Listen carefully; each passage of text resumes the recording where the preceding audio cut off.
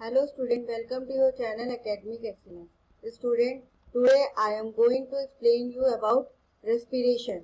What is the respiration? What is breathing and respiration? Aerobic and anaerobic respiration. Respiration in animals and respiration system in human being. Okay, if you like this video, please like and share and subscribe my channel also and press bell icon so that you can get notification easily. So let's start about respiration. What is respiration? The process of releasing energy from food. The process of releasing energy from food. This process involves taking in oxygen into the cells, using it for releasing energy by burning food and then eliminating the waste products from body. मतलब जो भी food हम खाते हैं उसमें से energy release करने का जो प्रोसेस होता है उसे हम क्या कहते हैं? रेस्पिरेशन कहते हैं। रेस्पिरेशन के प्रोसेस में क्या होता है? ऑक्सीजन गैस ली जाती है। ये ऑक्सीजन गैस जब सेल्स में जाती है तो फूड के साथ रिएक्शन करती है, फूड बर्न होता है जिसके थ्रू एनर्जी रिलीज होती है। ठीक है, और इसमें कुछ वेस्ट प्रोडक्ट्स भी निकलते हैं जैसे कार्बन डाइऑक्साइड, तो वो हमारी बॉडी से बाहर निकल जाता है। क्योंकि जो रेस्पिरेशन होता है वो हमारी बॉडी में सेल्स के अंदर होता है, इसीलिए इसे हम सेलुलर रेस्पिरेशन भी कहते हैं। चलिए अब हम आपको बताते हैं what is difference between breathing and respiration. So many student think that breathing and respiration is same thing, but in respiration breathing is involve. Breathing and respiration is two different things. ठीक है, तो चलिए चलते हैं breathing और respiration के बारे में जानकारी प्राप्त करते हैं। The mechanism by which organism obtain oxygen from the air and release carbon dioxide is called breathing. जिस मैकेनिज्म के थ्रू जो ऑर्गेनिज्म होता है वो ऑक्सीजन लेता है एटमॉस्फेयर से और कार्बन डाइऑक्साइड रिलीज करता है, उस प्रोसेस को हम ब्रीथिंग कहते हैं। मीन्स सिंपल जो इनटेक ऑक्सीजन का और आउटगोइंग जो कार्बन डाइऑक्साइड का होता है उसे हम ब्रीथिंग कहते हैं। Respiration include breathing as well as oxidation of food. Respiration में जैसा कि मैंने आपको पहले ही बताया उसमें ब्रीथिंग इन्वॉल्व होता है, मतलब ऑक्सीजन का लेना और कार्बन डाइऑक्साइड का बाहर निकलना, और इसमें फूड का ऑक्सीडेशन भी इन्वॉल्व होता है जिसके थ्रू हमें एनर्जी मिलती है। ब्रीथिंग जो होता है फिजिकल प्रोसेस है, रेस्पिरेशन बायोकेमिकल प्रोसेस है। रेस्पिरेशन जो है वो फोटोसिंथेसिस का जस्ट अपोजिट होता है। कैसे अपोजिट होता है? देखिए, फोटोसिंथेसिस ग्रीन प्लांट्स में होता है। ग्रीन प्लांट्स एटमॉस्फेयर से कार्बन डाइऑक्साइड लेते हैं और फोटोसिंथेसिस के प्रोसेस के थ्रू जो ऑक्सीजन बनती है उस ऑक्सीजन को बाहर निकालते हैं। लेकिन रेस्पिरेशन के प्रोसेस में ऑक्सीजन गैस ली जाती है और कार्बन डाइऑक्साइड गैस बाहर रिलीज की जाती है। तो इसलिए जो रेस्पिरेशन होता है वो फोटोसिंथेसिस का जस्ट अपोजिट होता है। How energy release during respiration is stored. अब रेस्पिरेशन में कुछ एनर्जी रिलीज होती है, ये मैंने पहले ही बताया, जो हमारे डिफरेंट वर्क में हेल्प करती है। तो ये एनर्जी कैसे स्टोर होती है? The energy release during respiration is stored in the form of ATP molecule. ये जो एनर्जी होती है वो एटीपी मॉलिक्यूल यानी एडिनोसिन ट्राइफॉस्फेट के फॉर्म में इकट्ठा हो जाती है। एडिनोसिन ट्राइफॉस्फेट कैसे बनता है?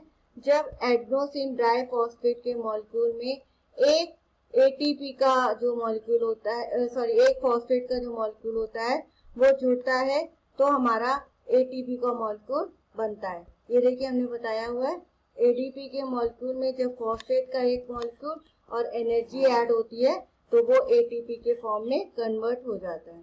ठीक है, अब आप कहेंगे कि जब एटीपी के फॉर्म में कन्वर्ट होगी एनर्जी, तो जब हमें जरूरत होगी तो एनर्जी कैसे मिलेगी?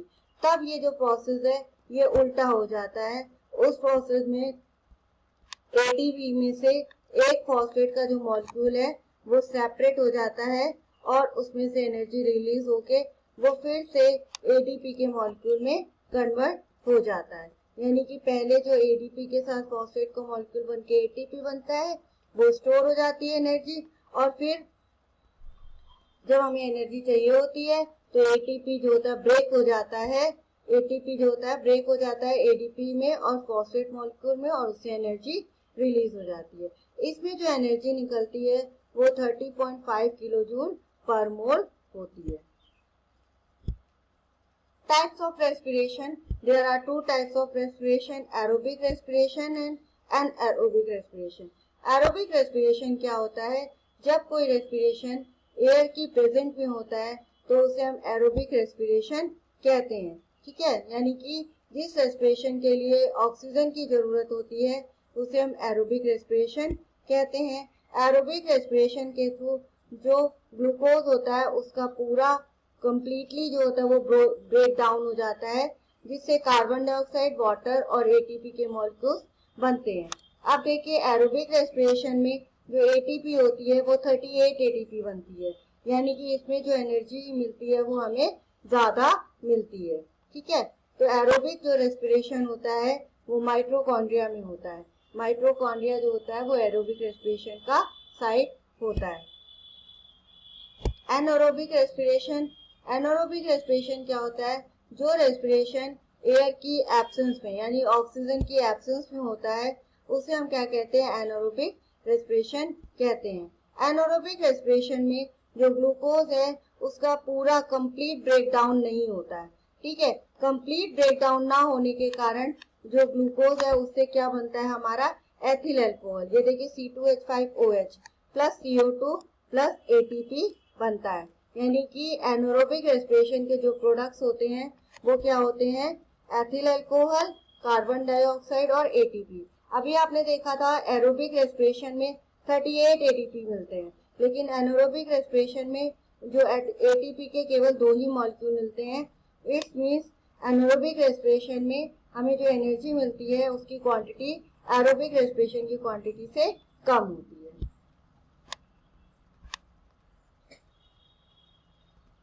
एनारोबिक रेस्पिरेशन का एग्जांपल है फर्मेंटेशन ऑफ शुगर। ईस्ट की प्रेजेंट में जब शुगर का फर्मेंटेशन होता है तो वो ईस्ट में एनारोबिक रेस्पिरेशन का एग्जांपल है। एनारोबिक रेस्पिरेशन जो होता है वो कभी कभी ह्यूमन बीइंग में भी हो सकता है। ह्यूमन बीइंग में कब होता है?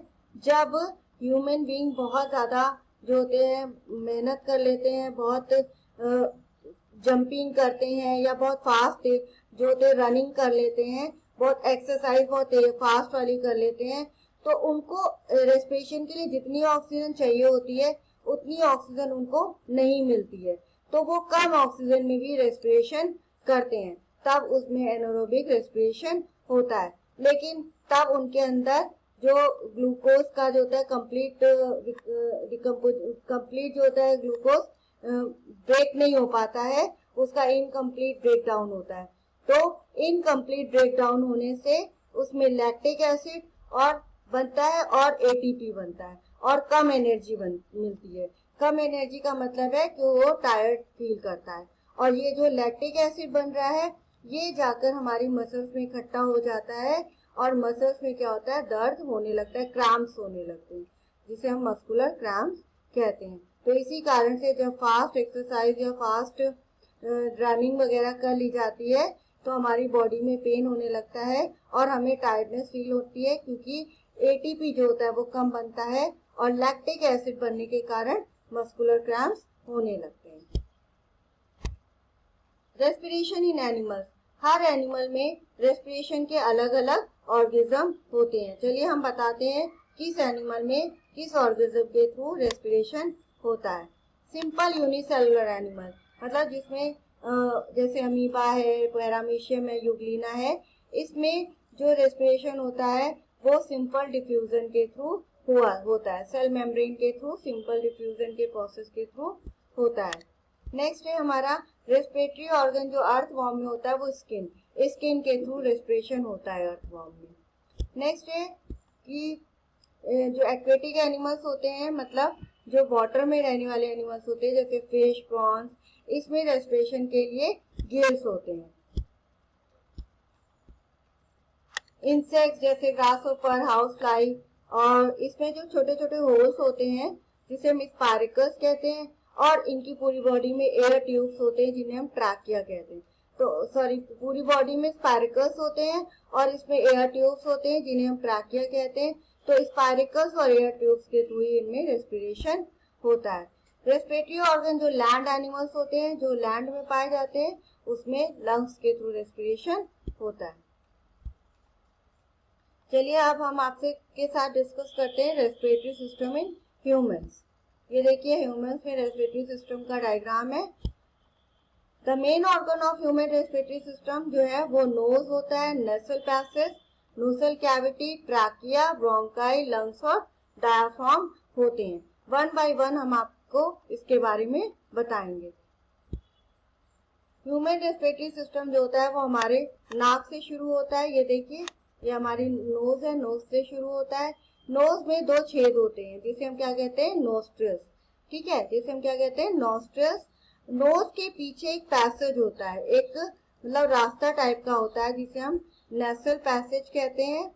ठीक है, नोज के पीछे एक रास्ता होता है जिसे हम नेसल पैसेज कहते हैं। नेसल पैसेज जो होता है वो माउथ कैविटी से अलग होता है।